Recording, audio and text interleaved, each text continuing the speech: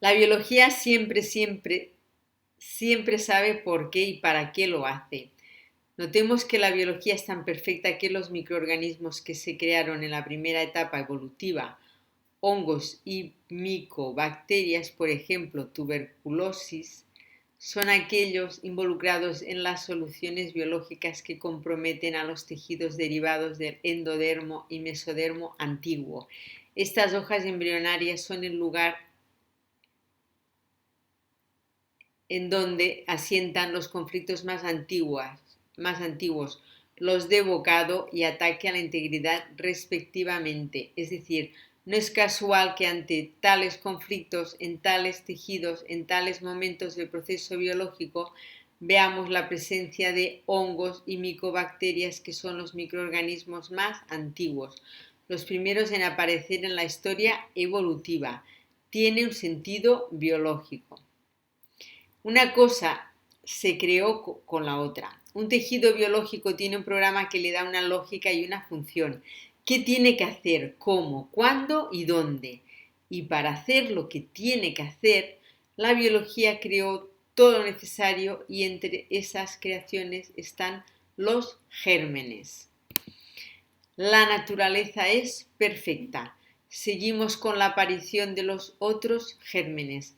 Ahora les toca el turno a las bacterias. Las bacterias son gérmenes que se desarrollaron después que los hongos y las microbacterias. Si seguimos la línea de razonamiento, fácilmente concluiremos que las bacterias solo trabajan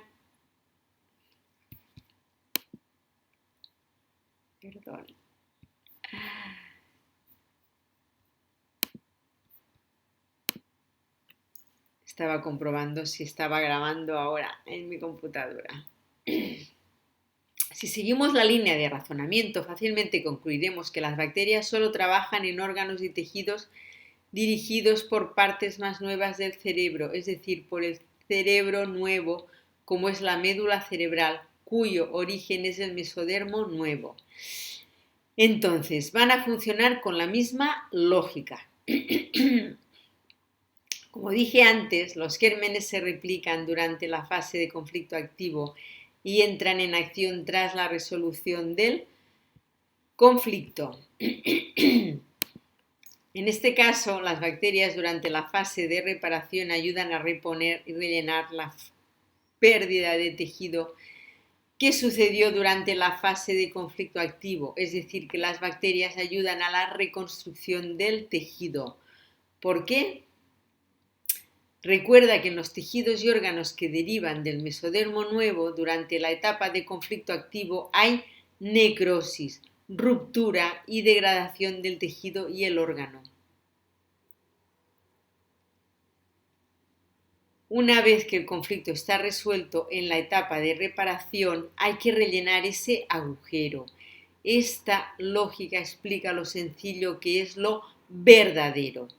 Se hace un agujero para resolver algo y una vez resuelto, dado que ese agujero ya no es necesario, se lo tapa. A modo de reflexión secundaria, deberíamos ajustarnos a la biología y aprender de ella, ya que en ella simbólicamente podemos encontrar solución a muchos de nuestros problemas. ¿Qué hacen entonces las bacterias?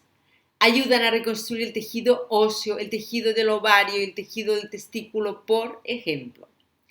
También participan en la formación del tejido cicatrizante o tejido conectivo. Te das cuenta de lo que estás leyendo, ¿no? Y disculpa mi exceso de entusiasmo, pero es que luego del impacto que me causaron estas leyes y luego de comenzar a ver que esto funciona así, siguió el asombro. Las bacterias ayudan a cicatrizar. Esto es algo maravilloso. La etapa de reparación, como te dije en la segunda ley, tiene dos fases. Una fase que llamamos caliente o PCLA y que es muy sintomática, porque ahí están nuestros soldados reformando el tejido, rellenando y reparando las necrosis. Por estas razones es también que hay calor, tumefacción, dolor y fiebre en esta fase. Cuando vemos estos síntomas, sabemos que eso que juzgamos malo es en realidad la resolución de un conflicto previo. La presencia de estas bacterias nos indica que estamos en la fase de curación. Claro que hay incomodidad, dolor, hinchazón y que a veces está acompañada de una vagotonía extrema debido a los tratamientos. Pero eso no quiere decir que sea malo lo que está pasando. La biología siempre está resolviendo y lo hace casi siempre a pesar de nuestra falta de comprensión. Y la otra fase de la reparación es la PCLB, donde ya hay mucha menor inflamación y donde principalmente habrá cicatrización, también gestionada por los gérmenes. Y finalmente los gérmenes más nuevos, que son los virus, sí es que existen. Ángeles caídos, guerreros del mal, jinetes del apocalipsis, mal a erradicar. Así los vemos generalmente. Virus. Los virus cuestionados. Digo cuestionados porque múltiples científicos ponen en controversia su existencia, ya que las pruebas que confirman la existencia de los mismos son indirectas. ¿Por qué?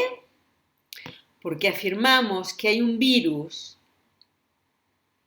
no porque estos sean visualizados, sino porque se encuentran asociaciones de proteínas y ácidos nucleicos a los que nosotros decimos equiparar a un virus.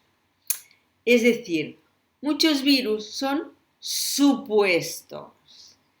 Es posible que la parte más nueva del cerebro, la corteza, trabaje con estas proteínas para regenerar los tejidos más nuevos, que son los ectodérmicos, en la fase de reparación.